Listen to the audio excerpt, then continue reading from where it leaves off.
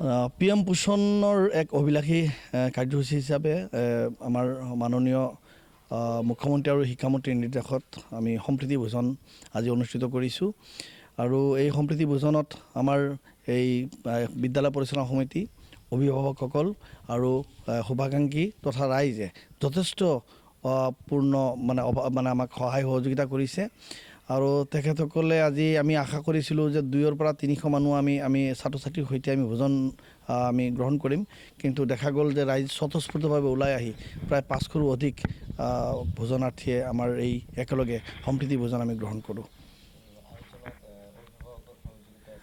আয়োজনত আমাৰ অভিভাৱকসকল আৰু শুভাকাংক্ষীসকল প্ৰাক্তন ছাত্ৰ ছাত্ৰীসকলে যথেষ্টপূৰ্ণ সহায় সহযোগ আগবঢ়াইছে।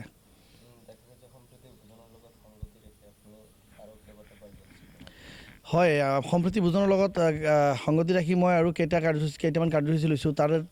তাৰে এটা উল্লেখযোগ্য হ'ল যে আমাৰ বিদ্যালয়ৰ পৰা পাছ কৰি যোৱা প্ৰাক্তন ছাত্ৰ ছাত্ৰীসকল যিসকলে মেট্ৰিক আৰু হায়াৰ ছেকেণ্ডেৰীত সুখ্যাতিৰে উত্তীৰ্ণ হৈছে তেখেতসকলক আমি সম্বৰ্ধনা জ্ঞাপন কৰিছোঁ আৰু তেখেতসকলক ৰাইজৰ আগত আমি চিনাকি কৰাই দিছোঁ যে আমাৰ এই প্ৰাক্তন ছাত্ৰ ছাত্ৰী আৰু তেখেতৰো ভৱিষ্যত আৰু উজ্জ্বল হওক তাৰ বাবে আমি সকলোৱে দোৱা কৰিছোঁ।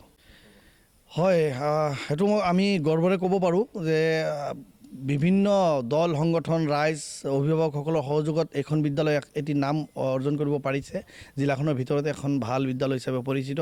আৰু মাননীয় মুখ্যমন্ত্ৰী মহোদয়ে তেখেতৰ ফেচবুক টুইটাৰত যোৱা ছেপ্টেম্বৰ মাহত দুবাৰকৈ আমাৰ বিদ্যালয়ৰ কথা তেখেতে লিখিছে, যাৰ বাবে আমি খুবেই গৌৰৱান্বিত হৈছোঁ আমি চবে মিলি।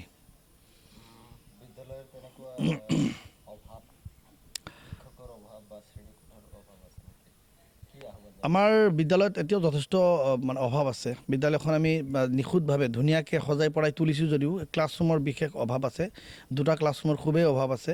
তো এই ক্ষেত্ৰত মই আমাৰ স্থানীয় বিধায়ক তথা বৰ্তমান অসম চৰকাৰৰ মন্ত্ৰী চৰণ বড়ো ছাৰক জনাইছোঁ আৰু তেখেতে বিভাগীয়ভাৱে কথা পাতি মোৰ ক্লাছৰুমৰ ব্যৱস্থা কৰি দিব বুলি আশ্বাস দিছে।